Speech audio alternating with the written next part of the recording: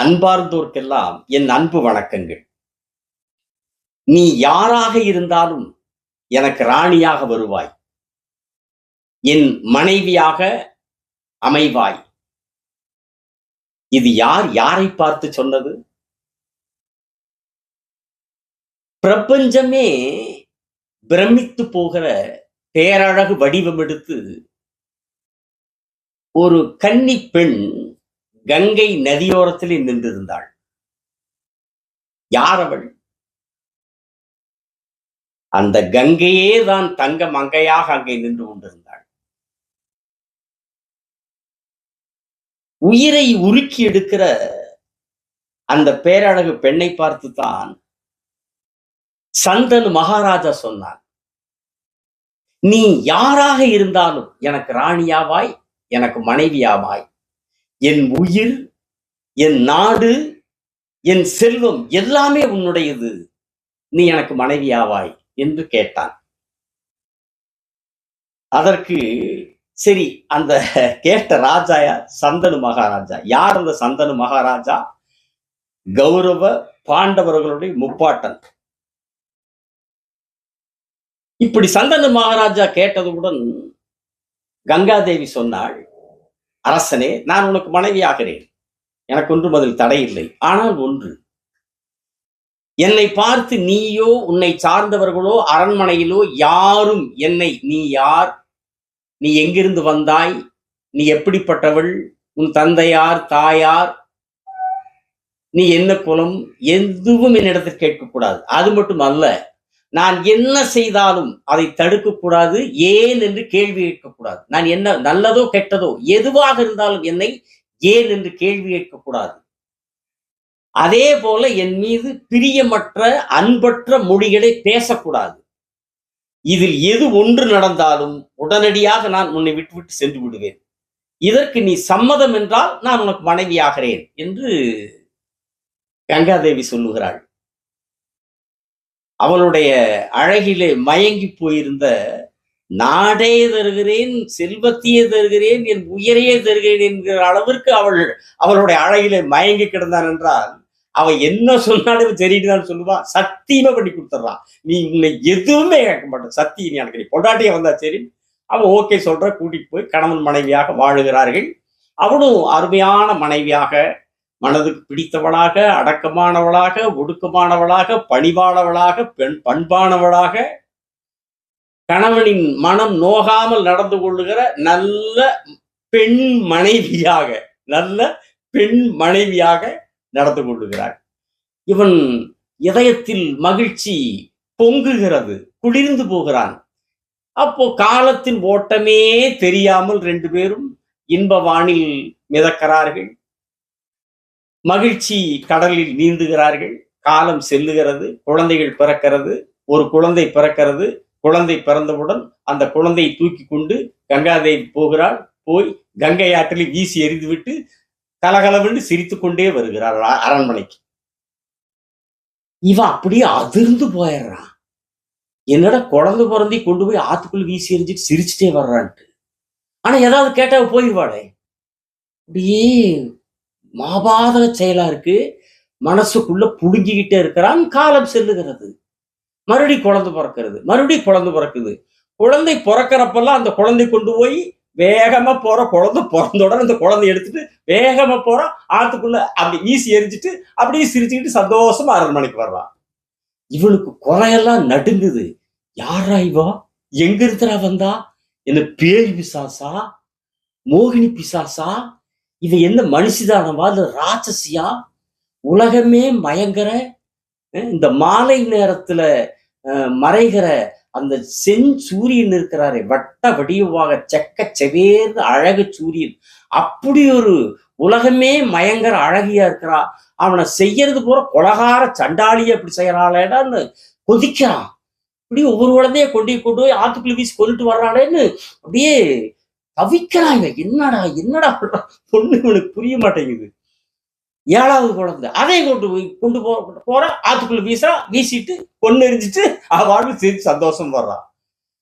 என்னடா 8வது குழந்தை அதையும் தூக்கி கிளம்பணும். நில்லு நில்லு நில்லு, நீ மனுஷிதானவா ஈவிரக்கம் உனக்கு இல்லையா? கொலகார பாவியாட்டு ஒவ்வொரு குழந்தையும் கொண்டு போய் ஆத்துல வீசி எறிஞ்சு கொண்டு வர்றேன். இப்படி ஒரு மாபாதக சண்டாளியா இருக்கிற. நானும் என்னடா பண்றது? கேட்டா நீ போயிருவேன்ட்டு பல்ல கடிச்சிட்டு இருக்கிற, எல்லா குழந்தையும் கொண்டுட்டே இருக்கிறேன்ட்டு இவனுக்கு ஆத்திரம் தாங்காம, இருந்தாலும் மனுஷன் தானே, என்னதான் இருந்தாலும் எத்தனை அழகியா இருந்தாலும் எவ்வளவுதான் கட்டுப்படுத்த முடியும்? இவனால கட்டுப்படுத்த. நீ நீ நில்லு, யார் நீ? முதல்ல சொல்லு, நீ எதுக்கு இப்படி பண்ற அப்படின்னு கேட்டான். அப்பொழுதும் அவள் சிரித்துக் கொண்டே சொன்னாள், மகாராஜாவே, நீ சத்தியத்தை மீறிவிட்டாய்.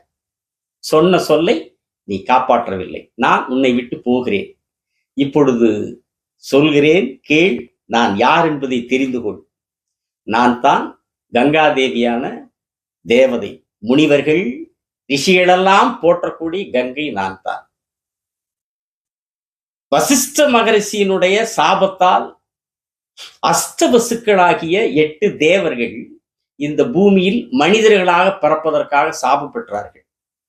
அவர்கள் எல்லோரும் என்னிடத்திலே வந்து, நீ எங்களுக்கு நீ தாயாக வேண்டும், என்னை நீதான் பெற்றெடுக்க வேண்டும் என்று என்னிடத்திலே கேட்டார்கள்.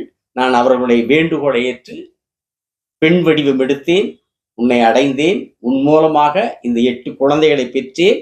இந்த 8வது குழந்தையை நான் கொல்ல மாட்டேன்.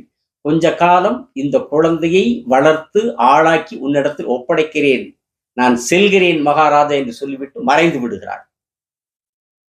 அந்த குழந்தைதான் அந்த கங்காதேவியின் வயிற்றிலே பிறந்த 8 குழந்தைகளில் 7 குழந்தைகளை ஆற்றிலே வீசிவிட, அந்த 8வது குழந்தைதான் மகாபாரதத்திலே புகழ்பெற்ற பீஷ்மர், பாண்டவ கௌரவ குலங்களுக்கு பிதாமகர். சரி, அந்த பீஷ்மர் யார்? ஏன் அந்த சாபம் வாங்கினாங்க இந்த 8 பேர்? ஒரு 8 இந்த 8ன்னா அஷ்டவசுக்கள். இந்த 8 தேவர்கள் மனைவிகளுடன் வனத்தில், மலைகளில், குன்றுகளில் சஞ்சரிக்கிறார்கள். மகிழ்ச்சியாக இருக்கலாம் என்று வந்திருக்கிறார்கள்.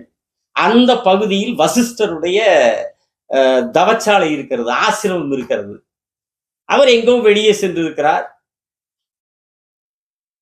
அவருடைய புகழ்பெற்ற பசு நந்தினி என்கிற பசு, அதற்கு ஒரு வரலாறும் இருக்கிறது, ராமாயணத்திலேயும் இருக்கிறது.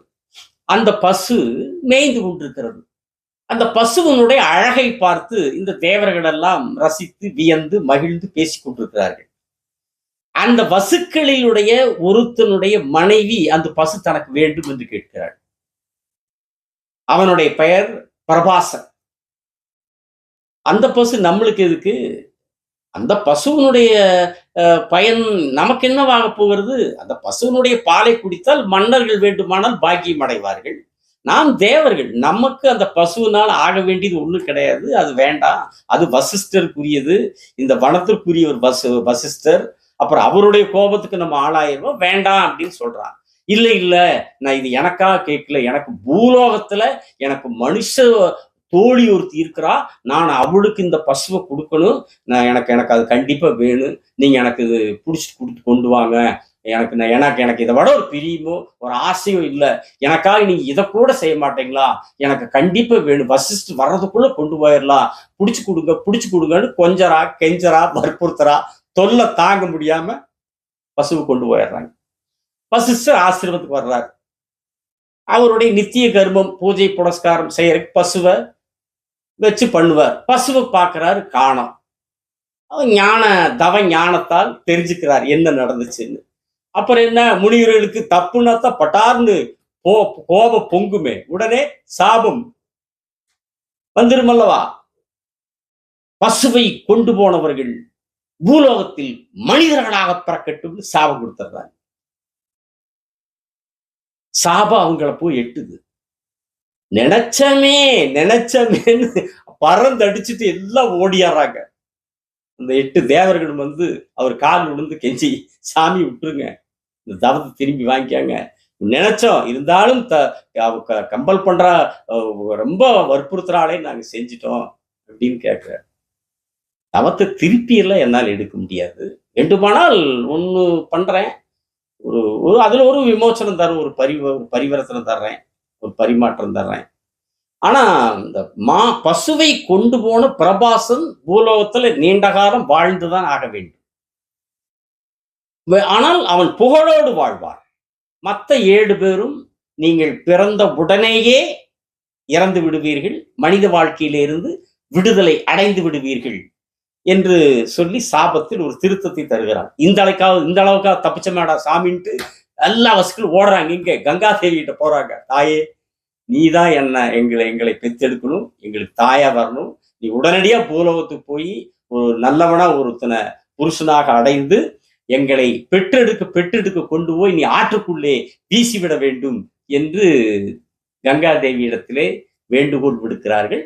அவர்களுடைய கோரிக்கையை, வேண்டுகோளை ஏற்று கங்கை பூமிக்கு வருகிறாள். பெண்ணாக அவதாரம் எடுக்கிறாள். சந்தனு ராஜாவுக்கு மனைவியாய் அவன் மூலமாக பெற்றெடுக்கிறாள்.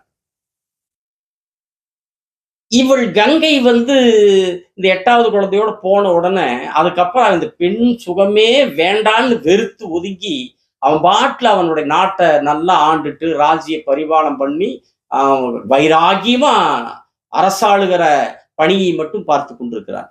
ஒரு நாள் அப்படி கங்கை நதியோரமாக செல்லுகிறான் ராஜா. அப்போ ஒரு தேவேந்திரனை, இந்திரனை போன்ற பேரழகு படைத்த ஒரு வாலிபன் தன்னுடைய அம்பாலேயே பாய்கிற கங்கை நதியையே தடுத்து நிறுத்தி கொண்டிருக்கிறான். அம்பை எய்து அப்படியே தடுத்து நிறுத்தி கொண்டிருக்கிறான். அப்படியே ஆச்சரியப்பட்டு, என்னடா இவன் உடற அம்புல ஆறே நிக்குதாடா அப்படின்னு நின்று பார்க்கிறா. அப்படி சிறிது நேரத்தில் தன்னுடைய மகனுக்கு விளையாட்டு காட்டி கொண்டிருந்த கங்கை நதியே தோன்றுகிறாள்.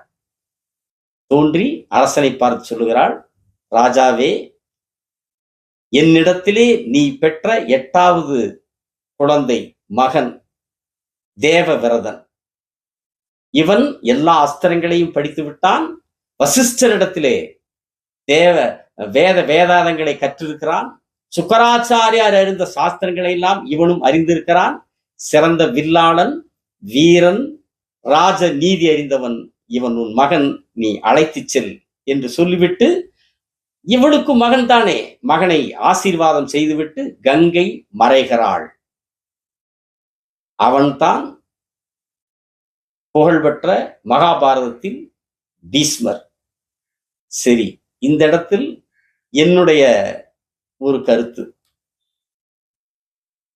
மனைவியினுடைய ஆசைக்கும் வற்புறுத்தலுக்குமாக பசுவை கொண்டு போன பிரபாஷன் சாபம் பெற்று மனிதனாக பிறந்து மகாபாரதத்தில் யுத்தத்திலேயும் கலந்து அம்பு பிடுக்கையிலே வீழ்ந்து துன்பமடைகிறான். ராமாயணத்தில் ராமனினுடைய மனைவி சீதையினுடைய வற்புறுத்தலுக்கும் ஆசைக்கும் ஆட்பட்டு மானை பிடிக்கு போனதால் யுத்தம் தொடுக்கிற ஒரு துன்பத்திற்கு ராமன் ஆளாகிறார். இதிலிருந்து என்ன நாம் உணர்ந்து கொள்ளலாம் என்றால், தேவையில்லாத ஆசைப்பட்டால், தேவையில்லாத ஆசைகளுக்கு மனதிலே இடம் கொடுத்தால், தேவையில்லாத துன்பங்களை வாழ்க்கையிலே சந்திக்க வேண்டியது வருமல்லவா என்று இந்த கதைகளின் மூலம் நாம் உணர்ந்து கொள்ளலாம் என்று உங்களிடத்திலே அன்புடன் சொல்லிக்கொண்டு, சப்ஸ்கிரைப் செய்யாதவர்கள் சப்ஸ்கிரைப் செய்யுங்கள், பெல் பட்டனை அழுத்துங்கள். விரைவில் அடுத்த காணொளியில் உங்களை சந்திக்கிறேன். வணக்கம், நன்றி.